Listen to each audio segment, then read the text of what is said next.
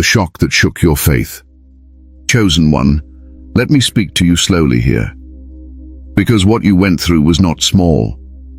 Divorce does something to the soul that few people truly understand.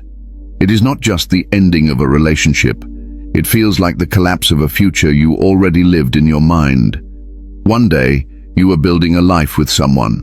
The next day, you were standing in the silence, wondering how everything you prayed for could fall apart so completely. I know the shock didn't just hit your emotions, it hit your faith. You prayed, you tried, you believed God would fix it. And when it still ended, something inside you whispered questions you were afraid to say out loud. Did I hear God wrong? Did I fail him? Did he turn his back on me? Those questions didn't make you weak. They made you human. And they certainly did not disqualify you from being chosen. Chosen ones often experience deeper pain because they love deeply, commit fully, and believe sincerely. You didn't enter that marriage halfway. You gave your heart, your loyalty, your prayers, and your future. So when it ended, it felt like something was ripped out of you. Not just a person, but a version of yourself. The version that believed love would last forever the way you imagined it. There were nights when you lay awake replaying conversations, decisions, and moments. You asked yourself what you could have done differently. You blamed yourself for things that were never yours to carry. You wondered why God allowed betrayal, distance, coldness, or silence to grow where love once lived. And the hardest part was smiling in front of people who had no idea how broken you felt inside. What hurt the most wasn't even the arguments or the separation. It was the feeling of spiritual confusion. You expected God to intervene the way you imagined. You expected a miracle that would restore what was falling apart. And when that miracle didn't come, it felt like God went quiet. That silence shook you. Because chosen ones are used to hearing God, feeling him, being guided. And suddenly, it felt like you were walking in fog. But listen to me closely now. God's silence does not mean his absence. Sometimes, when God is doing his deepest work, he speaks the least. Not because he doesn't care, but because the lesson cannot be taught with words. It can only be learned through experience. Your divorce made you question your worth, your discernment, and even your calling. You may have thought, if I'm really chosen, why would God allow this kind of pain? But chosen one, being chosen does not mean being spared. It means being prepared. And preparation often looks like loss before clarity. You were not crazy for believing the marriage could work. You were not foolish for loving deeply. And you were not wrong for praying for restoration. Those prayers were heard. But sometimes, God answers by removing what prayer alone cannot heal. The shock you felt was the breaking of an illusion, not the breaking of your destiny. What shattered was a structure that could not support where God was taking you next. And the reason it hurt so badly is because part of you was still trying to survive in a place God was already calling you out of. You didn't just lose a partner, you lost routine, identity, safety, and certainty. You lost the version of life you thought you were supposed to have, and grief came in waves. Some days you felt strong. Other days, one song, one memory, one quiet moment could bring tears out of nowhere. That didn't mean you were going backward. It meant you were processing. Chosen one, let me tell you something that will bring peace to your spirit. God is not disappointed in you. He is not shaking his head at your pain. He is not punishing you. What you experienced was not rejection. It was redirection. But redirection always feels like loss before it feels like purpose. The enemy wants you to believe that divorce disqualified you. Society wants you to believe you failed. Even religion sometimes whispers shame instead of grace. But God does not see you the way people see you. He sees the heart. He sees the endurance. He sees the lessons you learned. And he sees the strength that was forged in the fire you didn't ask for. Your faith shaking did not mean it was gone. It meant it was being refined. A faith that has never been tested is fragile, but a faith that survives heartbreak becomes unshakable. You may not have realized it yet, But something inside you grew stronger during those darkest moments. You became more discerning, more self-aware, more connected to truth instead of illusion. You are still chosen, even after the papers were signed, even after the house became quiet, even after the dreams changed shape. God did not change his mind about you. He simply changed your direction. And in the next part, I'm going to help you understand something powerful. God did not leave you in that season. He removed something that could not go with you into what he is preparing next. Let me add something important here.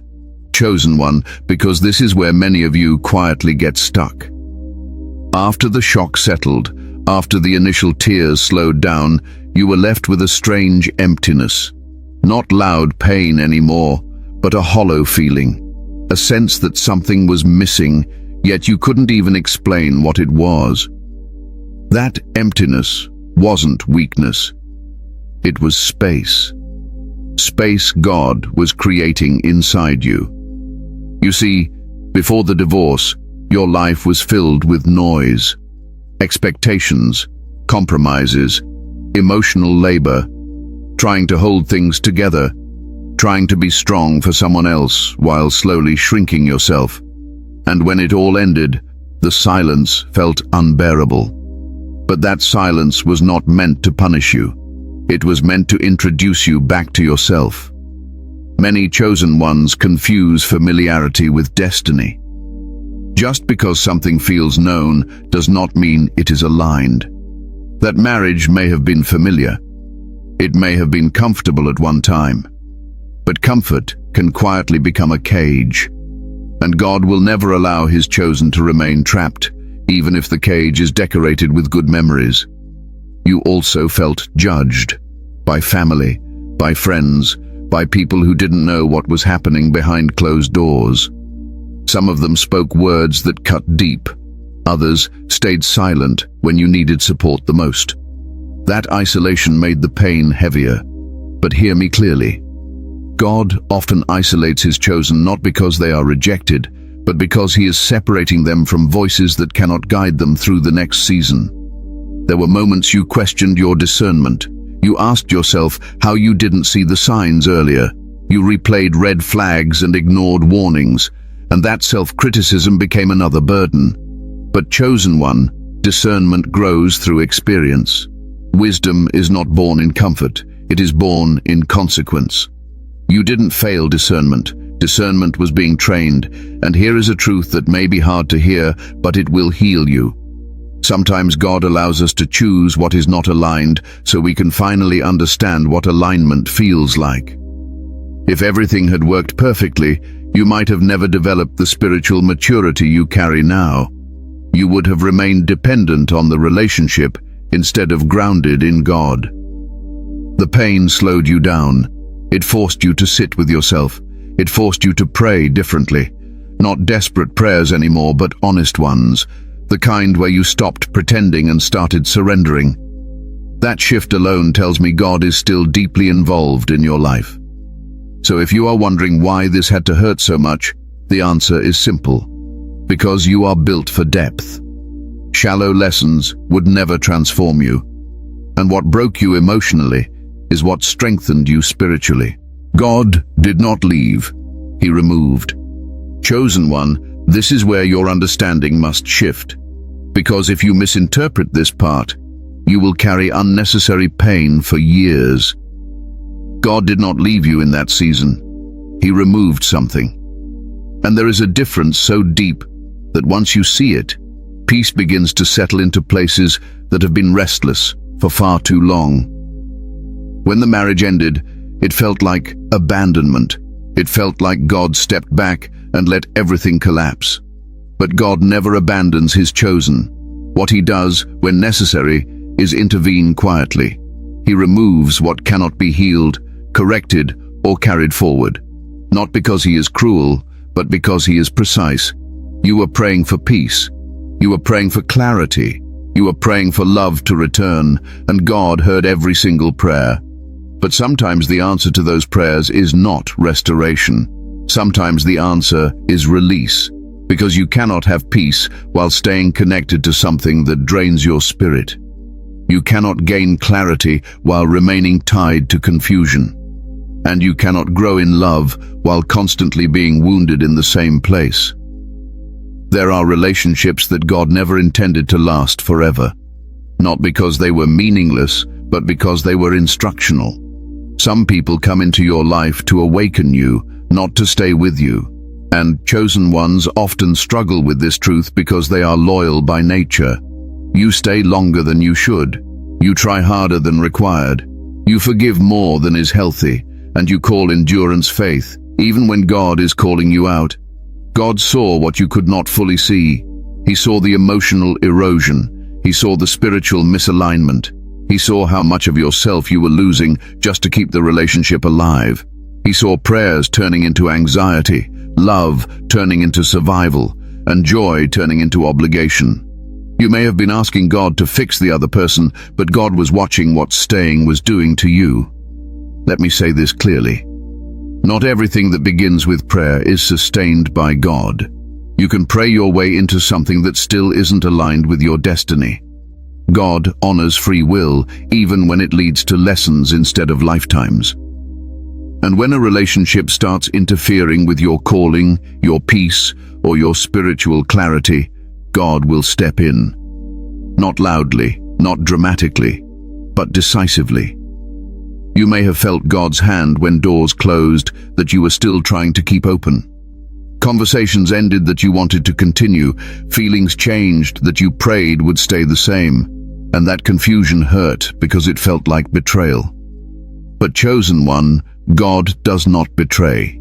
He protects, and protection does not always feel gentle. God removed the relationship because it could not go where He was taking you.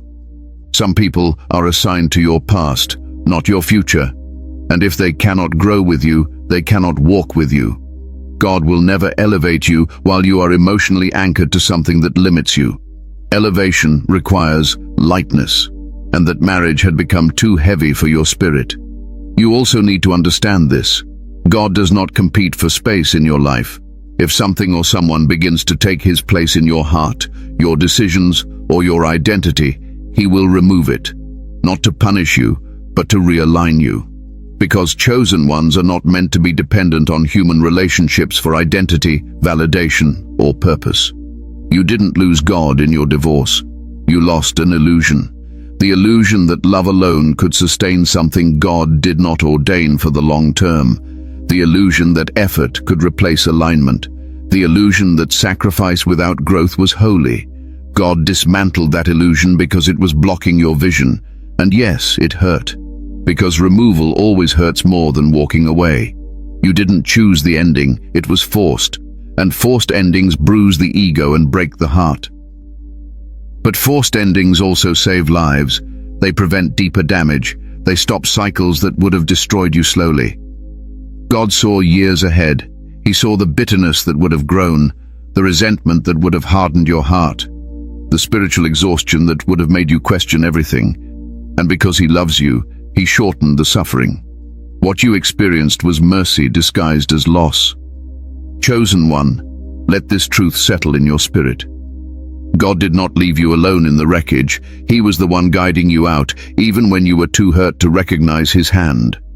And the moment you stop seeing the divorce as abandonment and start seeing it as divine removal, is the moment healing accelerates. Because God only removes what cannot be redeemed in its current form, and He only does that when something better, cleaner, and more aligned is ahead. And here is something else you must understand, chosen one, because this truth releases many of you from quiet self-blame. God often removes people in stages. First emotionally, then mentally, and finally physically. That is why, even before the divorce became official, you felt distant. Conversations felt forced. Affection faded. Prayer felt heavy instead of peaceful. That wasn't you failing. That was God slowly loosening a bond that could no longer hold spiritual weight. Many of you stayed longer than God wanted because you were hoping for the past to return. You were loyal to memories instead of truth. And God, in His patience, allowed time for you to see what you were truly dealing with. He allowed the mask to slip. He allowed patterns to repeat. He allowed exhaustion to surface, not to hurt you, but to confirm what your spirit already knew, but your heart wasn't ready to accept. God will never rush his chosen into separation without confirmation. He confirms through peace leaving, through joy fading, through prayers feeling unanswered, through your body carrying stress your soul can no longer hide. When your spirit begins to resist what your mind is still justifying, that is divine warning. And many of you ignored that warning out of love, fear, or obligation. You were trying to be Christ-like by enduring, but endurance is only holy when it produces fruit. If endurance only produces pain, anxiety, and self-abandonment, it is no longer obedience. It becomes disconnection from self. And God will never ask you to disappear in order to please him. Another reason God removed the relationship is because chosen ones attract people who are drawn to their light, but not committed to their growth. They benefit from your compassion, your patience, your prayers, your stability, but they do not pour back at the same level. Over time, this imbalance drains you, and what drains you weakens your calling. God protects his investment, and you are his investment. You may have noticed that after the divorce, even though you were grieving, a strange sense of relief surfaced at unexpected moments. Guilt followed that relief quickly. You told yourself you shouldn't feel lighter. But that lightness was not disrespect. It was alignment returning. It was your spirit no longer fighting itself. God removes relationships when they require you to constantly explain your worth, justify your needs, or minimize your calling. You were never meant to beg for basic respect or emotional safety. And the fact that you survived that season without losing your faith completely is proof that God was holding you the entire time. Let me say this with authority. God did not remove your spouse to leave you empty. He removed them to make room. Room for clarity, room for healing, room for strength, room for deeper intimacy with him, and eventually, room for connections that meet you where you are going, not where you have been. What was removed was not meant to walk into your next chapter, and had it stayed, it would have delayed your assignment. God is more concerned with your destiny than your comfort, and when comfort becomes compromise, he intervenes. So stop asking why God allowed the ending. Start asking what he protected you from, because one day, when you look back with healed eyes, you will realize that what felt like loss was actually rescue. Why chosen ones must experience relational death? Chosen one, this part may feel heavy, but it will heal you if you let it. Because there is a truth most people never understand. Not everyone is called to experience relational death, but chosen ones almost always do. And it is not because God enjoys your pain. It is because your assignment requires a level of spiritual clarity that cannot coexist with certain attachments. Relational death is not just about divorce. It is about the death of who you were becoming in a relationship that was slowly pulling you away from who God designed you to be. It is the ending of an identity that no longer fits your calling. And for chosen ones, identity is everything. If the identity is distorted, the mission becomes delayed. Chosen ones are not meant to blend in. You are built to carry weight, spiritual weight, emotional depth, responsibility that others would collapse under. And because of that, God cannot afford for your soul to be tangled in relationships that dilute your focus, drain your energy, or confuse your discernment. What others can tolerate for a lifetime, chosen ones can only survive temporarily. Relational death feels extreme because it is extreme. It feels final, painful, like something was taken from you without your consent. But spiritual rebirth almost always requires a form of death. Nothing new can fully emerge while the old is still clinging to life. And God is not interested in upgrading what was flawed at its foundation. He is interested in transformation. Many of you were becoming smaller to keep the relationship alive. You adjusted your voice. You softened your truth. You delayed your growth. You ignored the nudges from God because you didn't want to disrupt the peace. But chosen one, peace that requires self-betrayal is not peace. It is avoidance.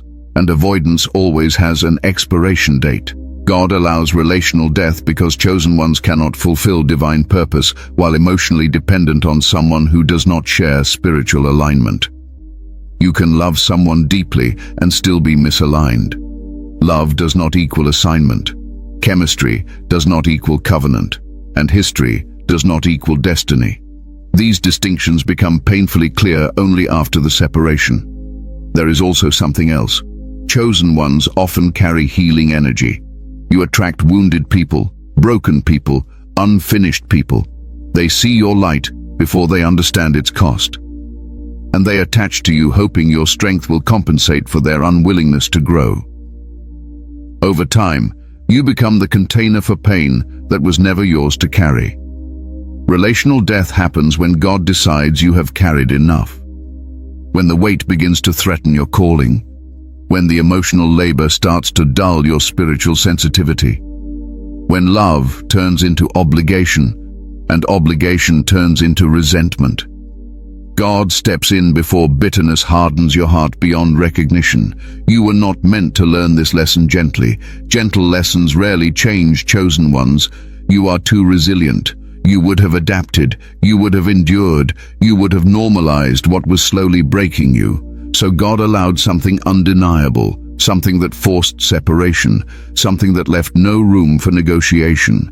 And yes, it hurt deeply because relational death exposes everything you tried to ignore. It exposes attachment wounds, fear of abandonment, the need for validation, the belief that love must be earned through sacrifice. God had to bring those wounds to the surface so they could finally be healed instead of hidden. Relational death also teaches chosen ones discernment at a level books and sermons never can. You learn to listen to energy, not words. Patterns, not promises. Consistency, not potential. You learn that alignment feels peaceful, not chaotic. Secure, not anxious. You stop confusing intensity with intimacy. This is why, after the divorce, many of you felt both grief and clarity at the same time. Pain and relief coexisted. That was not confusion. That was truth settling in. Your spirit recognized freedom even while your heart was mourning familiarity. God also uses relational death to detach you from identity roles that are not eternal. Spouse is a role. Partner is a role. But chosen one is an identity. And when a role begins to override the identity, it must be dismantled. God will never allow a role to replace who you are in Him. You may have asked God why it had to end so harshly, why there couldn't be a softer transition, but chosen one, slow endings leave room for return. And God knew you would go back if the door stayed open. Not because it was right, but because it was familiar. So, He closed it completely. Relational death also humbles the ego. It strips the illusion of control. You realize you cannot love someone into becoming who they refuse to be. You cannot praise someone into alignment if they are not willing. And you cannot save a relationship at the cost of your own soul. This death was necessary because what is ahead of you requires wholeness, not attachment, not desperation, not fear-driven connection. Wholeness. God is preparing you for a life where you are led, not latched, grounded, not grasping, secure, not settling. You are not being punished. You are being purified. Purified of expectations that were never God's. Purified of roles that limited your growth. Purified of emotional dependencies that blurred your discernment. And hear me clearly now. Relational death does not mean you will be alone forever. It means you will never again abandon yourself to be loved. It means future connections will meet you in truth, not trauma. In alignment, not illusion. Chosen one. What died had to die. Because what God is birthing in you cannot coexist with who you were forced to become just to survive that relationship. This was not the end of your story. It was the end of a version of you that could not go any further. There is another layer to relational death that many chosen ones don't recognize until much later. It teaches you how to stand alone without becoming hardened. Before this season, many of you confused independence with isolation and love with attachment. The separation forced you to learn how to be whole in God before being whole with another person. You learned how to sit with yourself, how to face silence without filling it with distractions, how to hear God without someone else's voice influencing your decisions. That kind of inner stillness is rare, and it is required for those called to lead, guide, or spiritually influence others. God cannot speak clearly through a vessel that is emotionally overcrowded. Relational death also resets your nervous system. For the first time in a long time, your body began to relax. The constant tension, the walking on eggshells, the emotional uncertainty slowly faded. You may not have noticed it immediately, but peace started returning in subtle ways. Better sleep, clearer thinking, deeper prayer. That was not coincidence. That was alignment. God also allowed this ending to restore your authority. In relationships where you were overgiving, your power was leaking. You were negotiating boundaries instead of enforcing them. After the separation, something shifted. You became more discerning, more selective, less willing to compromise your values for temporary comfort. This experience taught you self-respect at a soul level. Not the loud kind, the quiet, unshakable kind, the kind that doesn't need to announce itself, the kind that simply walks away when something is not aligned. And that is why relational death, as painful as it is, becomes one of the greatest initiations of a chosen one's life. It does not destroy you. It consecrates you. It marks the moment you stop surviving relationships and start leading your life with intention. What died was not love. What died was illusion. And what emerged was truth. The stripping season and identity rebirth.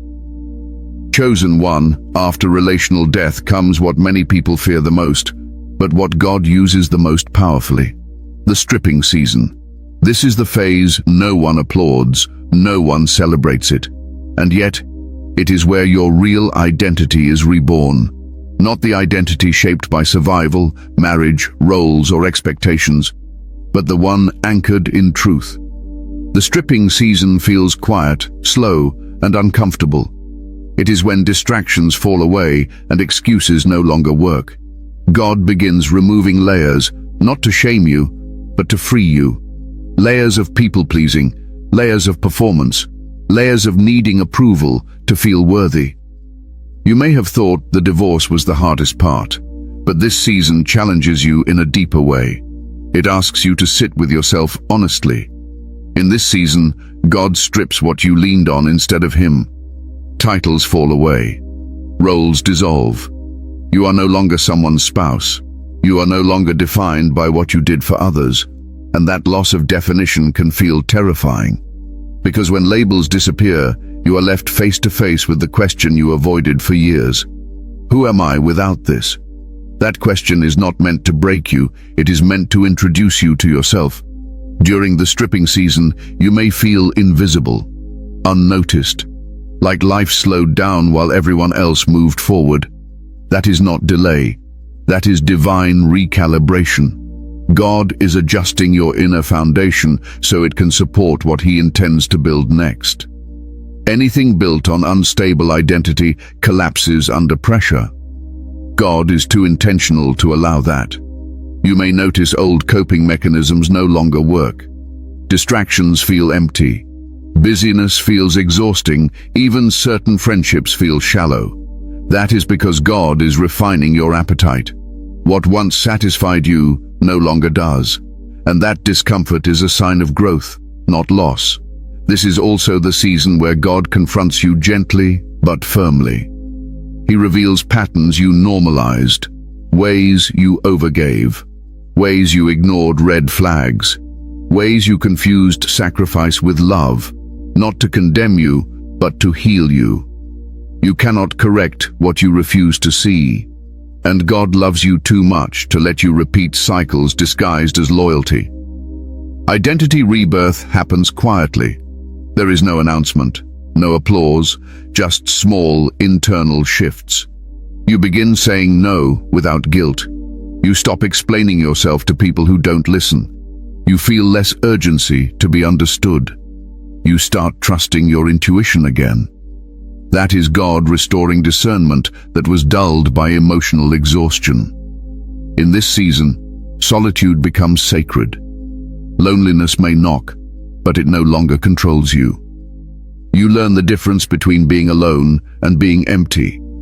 You realize that your worth does not decrease in quiet seasons. In fact, it deepens, because your value was never tied to how much you gave others. It was always rooted in who you are in God. You may also grieve versions of yourself. The one who believed love would save everything. The one who tolerated too much.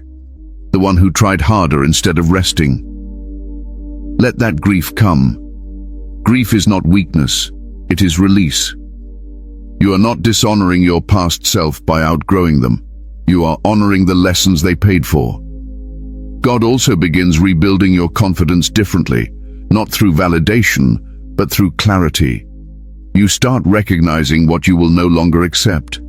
You stop chasing closure from people who cannot give it. You make peace with unanswered questions. That peace is evidence of maturity. During the stripping season, your relationship with God changes. You stop praying from desperation and start praying from surrender. You stop asking why and start asking what. What are you teaching me? What are you removing? What are you preparing me for? Those prayers shift your posture, and God responds to posture more than words. You also begin to feel a quiet authority return. Not dominance, not arrogance. Authority, the kind that comes from knowing yourself. The kind that doesn't argue. It simply chooses differently. This authority is necessary for what comes next, because chosen ones are not meant to be led by emotion alone. They are meant to be led by truth. Identity. Rebirth also means forgiving yourself. Forgiving yourself for staying too long, for ignoring intuition, for hoping things would change. Forgiveness is not excusing mistakes. It is releasing yourself from punishment. God is not holding your past over your head, neither should you. This season teaches you how to self-soothe without self-destructing, how to be present without escaping, how to trust God without demanding timelines. These skills are not optional for chosen ones, they are foundational. And here is something powerful. When God strips you, He never leaves you empty. He replaces. He replaces confusion with clarity, neediness with wholeness, fear with discernment. You may not feel fully restored yet, but you are becoming grounded, rooted, stable. The stripping season ends quietly too. One day you realize you are no longer chasing what once consumed you. You no longer react the same way. You no longer fear being alone. And that is when identity rebirth has taken place. Chosen one, you are not losing yourself. You are finally meeting yourself. The version God intended before pain, compromise, and survival shaped you. And this version will walk into the next chapter differently. Not desperate, not broken, but awake, whole, and deeply aligned. The divorce saved you from a destiny delay. Chosen one, this is where many of you finally exhale. Because once you see this truth clearly, regret begins to loosen its grip. Your divorce did not ruin your future. It rescued it. What felt like a collapse was actually a correction, a divine interruption that prevented a destiny delay you could not afford. There are seasons when God allows things to end, not because they are evil, but because they are inefficient for where He is taking you. That marriage was costing you time, clarity, and emotional energy that your calling required. And time is the one thing destiny does not wait for. God moves on appointed schedules. When something consistently interferes with divine timing, He removes it. You were slowing down to accommodate someone who was not moving at your pace. You were explaining your vision to someone who could not see it. You were shrinking your growth so the relationship could survive. And that shrinking did not go unnoticed by God. He saw how often you postponed your own becoming just to keep peace. Peace at the cost of purpose is too expensive. Destiny delay happens quietly. It doesn't announce itself. It disguises itself as loyalty, responsibility, and commitment. You tell yourself you are doing the right thing, that sacrifice is noble, that patience will eventually pay off. But chosen one, there is a difference between patience and postponement. God is patient, destiny is precise. Your divorce interrupted a pattern that would have slowly redirected your life away from your assignment. The longer you stayed, the more compromised your discernment became. You were becoming reactive instead of prophetic, exhausted instead of inspired, distracted instead of focused. And those shifts are dangerous for someone called to lead spiritually. God also saw the future versions of you that would never emerge if the marriage continued. The voice that would remain quiet, the confidence that would stay muted, the obedience that would keep negotiating instead of surrendering. God does not negotiate with destiny. He protects it. You may have believed that staying was the mature thing to do, that endurance was proof of faith. But God does not measure faith by how long you suffer. He measures it by how closely you follow Him. And when He begins to pull you in a new direction, resistance becomes disobedience. The divorce saved you from becoming spiritually stagnant. Stagnation is more dangerous than failure. Failure teaches. Stagnation numbs. It keeps you busy but unfulfilled, safe but unaligned. God would rather disrupt your comfort than allow your calling to slowly suffocate. After the separation, even though pain was present, movement returned. You began thinking differently, praying differently, seeing yourself differently. That was destiny reactivating. What had been paused was now back in motion. The fog lifted. The heaviness lessened. Direction became clearer. Destiny delay also affects future generations. The choices you make now shape the lives connected to you later. God saw what staying would cost not just you, but those you are meant to impact. And because your life is not just about you, He intervened. You were being trained to carry influence, not just maintain a household, to walk in obedience, not just obligation, to live in alignment, not just agreement. And that training required freedom. Emotional freedom, mental freedom, spiritual freedom. This is why the divorce happened when it did. Not earlier, not later, exactly when it needed to. Because had it happened sooner, you wouldn't have learned what you needed. And had it happened later, the cost would have been too high. Let go of the thought that you lost time. You gained wisdom, you gained discernment, you gained clarity that would have taken decades to develop otherwise. God compresses lessons for chosen ones because their time matters. And hear this deeply. Nothing you lost in that marriage will be missing in your future. Nothing. God does not subtract without intention to multiply. What feels like absence now is simply space being prepared. The divorce did not delay your destiny. It removed what was delaying it. And from this point forward, your life begins to move with a different kind of momentum. One led by purpose, not pressure. Chosen one, you are not behind. You are right on time. Because God does not miss His appointments, and neither do those who are willing to let go when He says it is time. What comes next for the chosen one? Chosen one, now that the storm has passed and the dust has settled, the question quietly rises within you. What comes next? Not just in relationships, but in life, in purpose, in identity. And I want to speak to you with clarity here, not fantasy. Because what comes next is not chaos. It is alignment. The next season is not about replacement. It is about restoration. God does not rush chosen ones into new connections to numb old wounds. He heals first. He grounds first. He strengthens first. And if you feel a delay, it is not denial. It is development. God is far more concerned with your wholeness than your timeline. What comes next is discernment at a level you did not have before. You will no longer be impressed by words. You will watch patterns. You will feel energy. You will recognize peace instantly because you have lived without it. Your standards will rise, not out of arrogance, but out of self-respect. You will no longer negotiate your values to avoid loneliness. The next season brings clarity in your purpose. Many chosen ones discover their calling more clearly after relational loss. Distraction is gone. Emotional noise has quieted. You can hear God again without filtering his voice through someone else's expectations.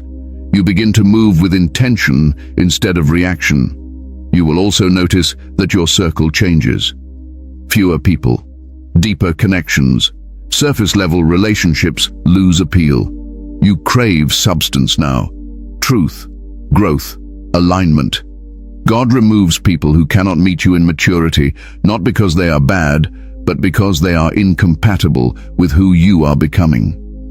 What comes next is emotional stability. Not perfection, but regulation. You respond instead of react. You pause instead of panic. You trust yourself again. That trust is sacred.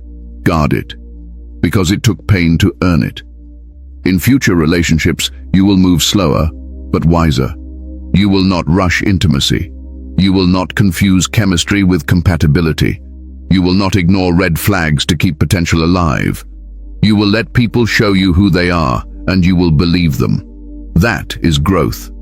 You may worry that your heart will never love the same way again. And you are right. It won't. It will love healthier, stronger, with boundaries, with discernment, with self-respect. Love that honors God does not cost you your peace. What also comes next is confidence in solitude. You will enjoy your own company without feeling incomplete. You will build a life you are proud of, regardless of who is beside you. That independence is not rebellion, it is readiness. God may also call you into deeper service. Teaching, guiding, leading, comforting others through what you survived. Pain refined becomes purpose. Your story becomes medicine. And because you lived it, your words carry authority. Do not rush this season. Do not compare your path to others. Chosen ones move differently. Slower in some areas, faster in others, always intentional. What comes next is not the absence of struggle, but the presence of peace. A peace that remains even when things are uncertain, because now you trust God's direction more than your own desires. Chosen one, the next chapter will feel unfamiliar at first, but unfamiliar does not mean wrong. It means new, and new is where growth lives. You are not starting over, you are starting aligned. There is also something else coming that many chosen ones underestimate. Peace will become your compass.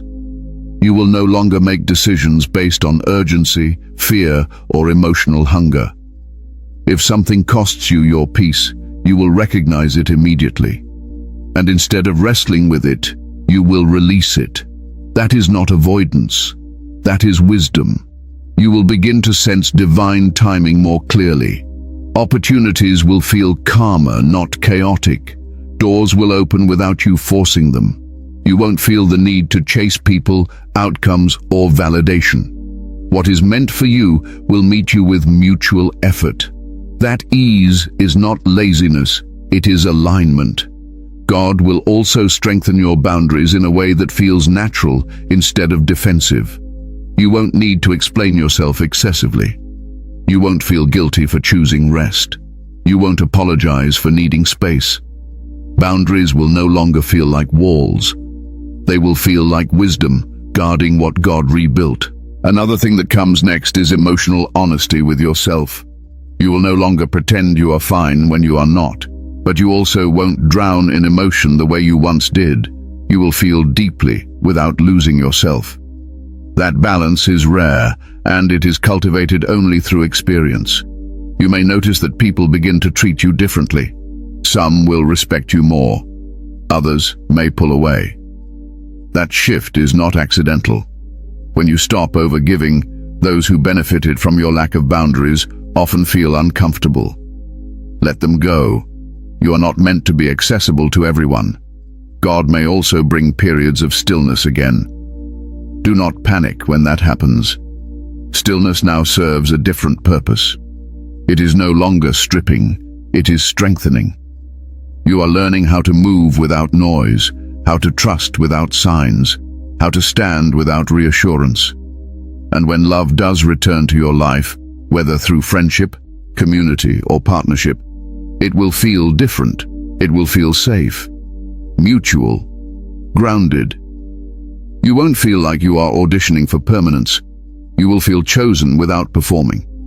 Most importantly, what comes next is self-leadership. You will no longer wait for someone else to validate your direction. You will listen, discern, and move with confidence. God leads chosen ones who can stand upright, not those who constantly look around for approval. So walk forward without fear. You are not stepping into the unknown blindly.